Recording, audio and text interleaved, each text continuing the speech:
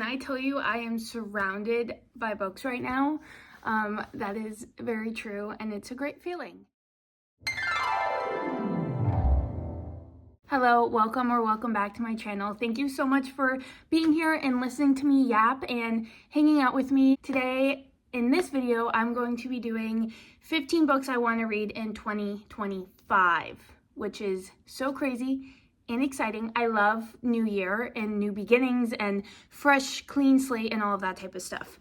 Let me preface this. So I feel like a lot of people do, like the 23 books I want to read in 2023, 24 for 2024, and so forth. I love that idea, and obviously I really like the idea of like having that clean number, like 25 books I want to read in 2025. However, looking at the ratio, right? So in 2 years ago now, I read 99 books, and then 2024 last year, I read 82, I believe. So my goal is 100, and that's my goal again for this year, is to read 100 books. However, I'm like, I don't think I'm going to be able to read much past 100. And if I do, it's going to be probably because I'm reading novellas or like quick, short, fast thrillers or romances or something like that. So I feel like for me and how much I read, choosing 25 books that are, very prominent on my TBR, I feel like a lot of these books are usually books that are either like intimidating for us as readers, or long books that we want to get to, or books that have been on our TBR for so long for one reason or another.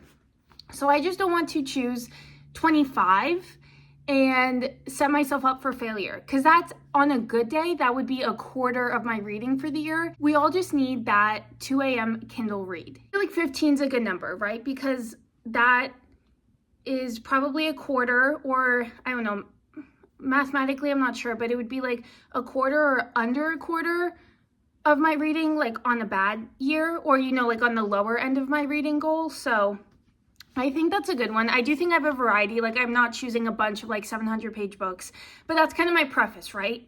So we're doing a little bit different so I can set myself up for success. I'm really hopeful that I can get to these 15 books by the end of the year. So I want to talk them through with you. And sorry for the long intro, but it's nice to meet you. My name's Bella. We will be talking about books today, and I am so happy you are here. Let's get right into it. So I have 15 books, and I split them up into 4 sections. First section is weird books. I love weird books, and when I say weird, obviously that is subjective. I think there's weirder books out there, but I usually love these books. I feel like they're some of the highest rated books for me. Like Catherine House is like kind of an unpopular thriller book, but that's one I will bring up all the time. I love that book. I love Mona Awad, those type of books. However, I feel like I don't necessarily pick them up 24/7 because I feel like they use a lot of brain energy and they're not super mainstream. So, I get caught up in wanting to read what everyone else is reading and things along those lines. But these are 3 weird books that I really want to get to. The first one is The Swimmers by Marianne Womack. I feel like I've talked about this multiple times on this channel, which is saying something considering I don't have a lot of videos out there. But this is a sci-fi book. I feel it's giving underwater. I want to say things are bigger than they should be, and it's like dystopian. I think this will be really good. I don't know if it's really weird or just sci-fi, and I am really wanting to get more into sci-fi, so we will see. But this is the first one, high on my list. I've been eyeing it since I bought it. The next one, I have no idea what it's about. I love the cover. I'll say that a million times. If you go on my Bookstagram, I feel like this is a cover that is in so many of my pictures because I love the color blocking. I think it's so cool. I got it on Book Outlet like 2 years ago now. It's giving me like Greek mythology / Studio Ghibli, but that is Popisho by Leon Ross. I don't even know what genre it is, but I'm excited to read it, and I feel like I need to get to it soon so I can have some sort of backing for the cover. Next book is one I've been wanting to read for a long time, and I will say it's one of my more special books because, long story short, me and a lot of book Instagram besties, we did a traveling annotated book. We each picked a book. It traveled through, I think, 10 of us, and we all annotated it.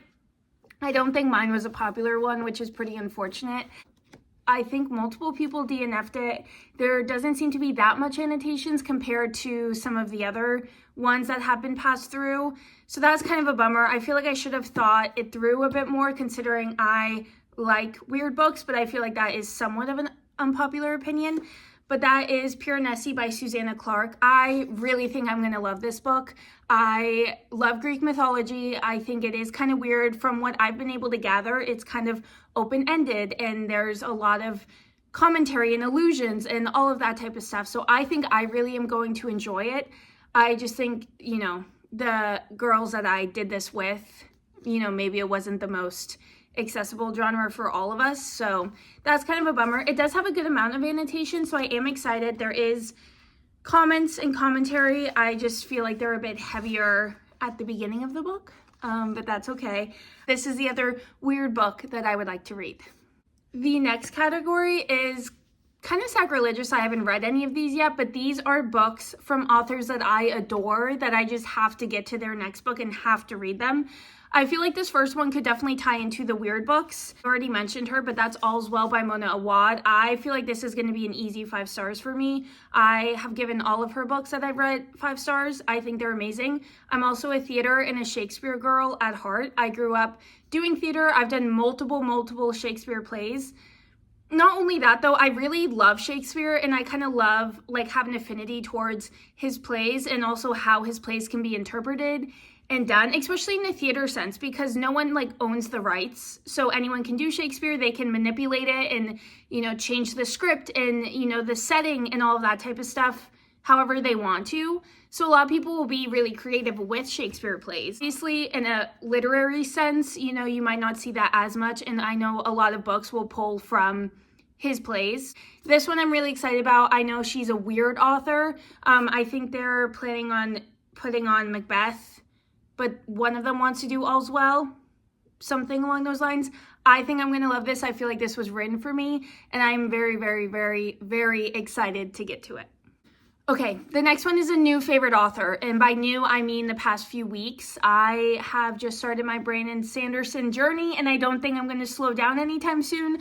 I love it so much. I have always been a fantasy girl. I know I love fantasy, but it's been really hard for me to get myself to pick up fantasy in the past couple years because of wanting to read a lot of books and because of, you know, finding new genres that I also really like mystery and thrillers and romances and all of that type of stuff. But I finally started Mistborn Era 1. I'm on the second book and I'm loving it. And I really want to get through a lot of his works throughout this year. I don't know if I can fully get caught up unless I like fully committed, but I do think I can make good progress. This, I think I'll have to do a little bit more research, but I do think I can kind of read this whenever I want to. But that is Trust of the Emerald Sea. This is, I think, just your standard paperback version. It's like a bigger paperback, and I love when paperbacks are like this. I'm so excited. I know this is kind of, there's a line drawn between this and Princess Bride. I know it's a little bit different. It's a little bit more like whimsical and like fantastical than he usually does. This book has also been on this channel multiple times, which is ridiculous. And I just think I'm putting it off because I believe I'm going to love it. And whether I do or don't, I like don't want it to be over. It's one of those. But that is In the Lives of Puppets by TJ Klune. I have multiple of his books. Pretty much almost, I think, all of his books, and I just haven't read them. I read House in the Cerulean Sea, and I love that book. And from that book alone, I consider him to be one of my favorite authors. I just love his more whimsical. I feel like it reminds me a lot of books that I would read in like upper elementary, middle school when I was reading chapter books. That I would say I feel like chapter books for that age range are just a little bit more freeing, right? You don't have as many like comments on big adult things. Instead, you're like in schools and you're learning new hobbies and you're, you know, trying to defeat the bad adults and all of these things. And his books just remind me of that. I feel like House in the Cerulean Sea really just like pinpointed this like itch that I had from my young reading, and it really just like worked perfectly. And so I'm hopeful that his other books do that. I think this will. I know this is kind of like has mixed reviews. The next book, sacrilegious that I have not read that. That is Spectacular by Stephanie Garber. Caraval is my favorite series ever. I really don't think anything can top it. Similar to TJ Klune, I feel like this series itched a part of my brain that I just needed. I love trials. I love that competition. I love all fantasy, but like the whimsical fantasy. So Caraval is YA. And it's this like magical competition, to put it simply. But I also feel like there's a lot of like kind of dark elements, and not in like a gory, violent way, but I just think she does an amazing job at having this whimsical, fun, lighthearted like setting and bringing in all of these elements and being, I don't know, just whimsical about it. And her writing gives that whimsical, but it's also dark and mysterious, and you don't know who to trust and you don't know where to turn. And I think to put all of that in a young adult and to have like these romantic elements and the tension between characters and, you know, this like drama and, you know, high stakes, I just think is so amazing. I feel like Caraval is so underrated. Spectacular is a holiday novella based on Caraval and like Caraval characters. There is an overlap between Caraval and Once Upon a Broken Heart, mainly two different characters. I wish there was a greater overlap because, you know, I would love as much content from Caraval characters that I could get, but this is the novella. It's just so beautiful. And there's, I mean, these end papers, she did like a holiday box set, which I have all of those, but like there's illustrations throughout, and I just feel like this really leans into like the whimsical young adult fantasy aspect, while still like I'm sure it's gonna have that grittiness to it too. Obsessed. I need to read this. It is Christmas, so truthfully, I don't know if I'm going to get to this anytime super soon.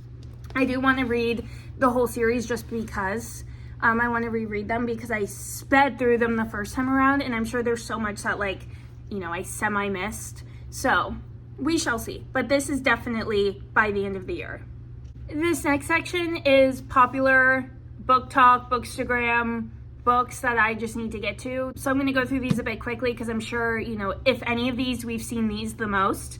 That is Iron Flame by Rebecca Yarros. I definitely hopped on the Fourth Wing train when it first came out. I really liked Fourth Wing. Again, I feel like I love all of the elements that it used. I like the school and, you know, not knowing characters and the plot twists and all of that. Do I think it is semi, you know, parallel and predictable when you have come from reading Divergent and Hunger Games and all of those books? Yes. Did I like it? Yes. Have I heard great things about Iron Flame? No. So we will see. I do want to continue on with this series. I'm curious to see where it goes. Magnolia Parks by Jessa Hastings. I want to read this whole series this year. It is honestly, I think, going to be a way faster read than I thought. Looking at this, the text feels very big, which is exciting. Granted, it is a bigger book and it's a large paperback, so that might not be saying much, but I do really want to read this whole series. I want to know what it's about. I feel like I'm either going to love it or hate it. Next is The Song of Achilles by Madeline Miller. I love Greek mythology. However, this is probably maybe the most intimidating book on my TBR for reasons that I kind of understand, but also it's not that big book. I just know it's going to be emotional. I know people love it. I think I'm going to love it, but I don't know. I am pretty positive I know how this story ends. So I also don't know if it's going to impact me as much as maybe someone random picking this up.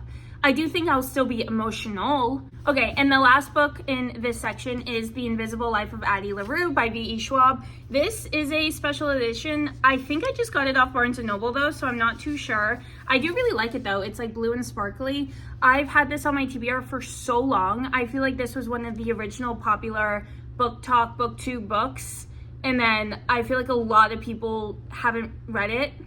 I don't know, I just feel like this is a book that I often see, like, this has been on my TBR for so long. This has been on my TBR for so long, and I really want to read it. I do think I'm going to love it. I am hesitantly going to try and do an in-person book club this year.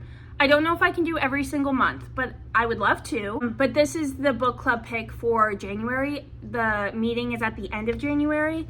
So if I can commit to that and go to that book club and read this book, it's kind of a win-win-win. So we will see. The last section, I have 4 books. These are all books that I have never read from this author. I would love to read from this author, and pretty much all of their books are very intriguing to me. The first one I did forget to physically grab. I do have a physical copy, but I'm just going to put it here. That is Tender is the Flesh by Augustina. I'm not sure her last name. But this is another weird book that I think I'm going to love. She has a few other weird books that I think I'm going to love, so I'm very excited. It is a really short book. All of her books are really short, so I am pretty hopeful that it'll be pretty easy to pick up at some point throughout the year, but that is the first one. The next one, I am pretty positive I own pretty much all of this author's works, which is so funny, but that is The Poppy War by R.F. Kuang. This, I think, is the main fantasy series besides Brandon Sanderson that I really, really, really want to make a priority. I have a few others that I either physically own or that are on my TBR of like fantasy books that I would like to read, but I do think this is going to be, again, like kind of right up there with Brandon Sanderson. This is a trilogy, so I feel like it's a bit more accessible than getting into like a whole massive world. I think I'm going to like this, but I am nervous because I know this has a lot of like historical elements tied in. Like it's kind of a historical fantasy to an extent. I know it like has to do with like real things kind of, but I also know she's a genius and she wrote this really young and it's like a really, really amazing piece. I'm really excited. I don't have the second one, but I have the first and third in this trilogy. I have Yellowface by her, and then I also just got Babel by her. So I think I'm gonna love her, but I hope I do because I have all of her books. Okay, next, I'm super, super, super, super hopeful for this author. I love the synopsis of every single thing she comes out with. I love her covers.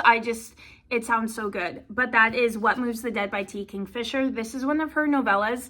I don't know if all of her books are novellas. They're definitely all on the shorter end. I also own A House with Good Bones, but I'm just really excited. I really want to get to this. I want to get to all of her works. They sound amazing.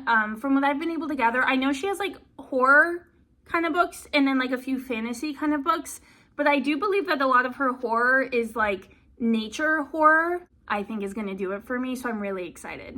I think this is the first one I want to pick up by her, and I mean, it's so short. I easily will read this in a day whenever I do pick it up. Okay, and the last book is it's funny because I feel like none of these books really have been romance heavy, but that is All Roads Lead Here by Mariana Zapata. This and Luke Off with Love are the two of hers that I'm most interested in, and from what I've been able to gather, I think I'll like the most. I do believe this is A Single Dad. I think that's this one. Now, this is a slow burn, which I don't know if I like really feel married to loving slow burns or not. Like, I don't know if I necessarily have that opinion yet, but I really do think I'm gonna love this book in particular. But I am really excited to see what I think because I know she's like the queen of slow burn, and I don't know if I've really, really, really committed to a slow burn. And with that, those are the 15 books I want to read in 2025. I honestly, like, after talking and discussing this list, I feel like this is a really good list. I'm feeling pretty hopeful. I feel like we've hit literally pretty much every genre that I'm remotely interested in, which is exciting. We have repeat authors, we have new authors, some longer books, you know, some really short books, so I'm really excited. But this is kind of the first chunk. And then 2 special copies, some more. So yeah, I'm really excited. Honestly, I will say too, these are books that I have eyed throughout, you know, this past year as well. So I don't think these are weird books to put on this list, but I'm really excited. Thank you guys so much for watching this video. I hope you loved it. Let me know your must reads of this year, or if we have any overlapping, I'd be really curious. What's your main goal? You know what I mean? Like, are we trying to like lessen our TBR? Are we trying to catch up with series? What are you guys up to? I'm definitely going to talk more about my goals and whatnot in a different video, but I am curious. I want to know if we have any overlapping books, your must reads of 2025. I hope the new year has started wonderfully for you, and I will see you very soon. Okay, bye.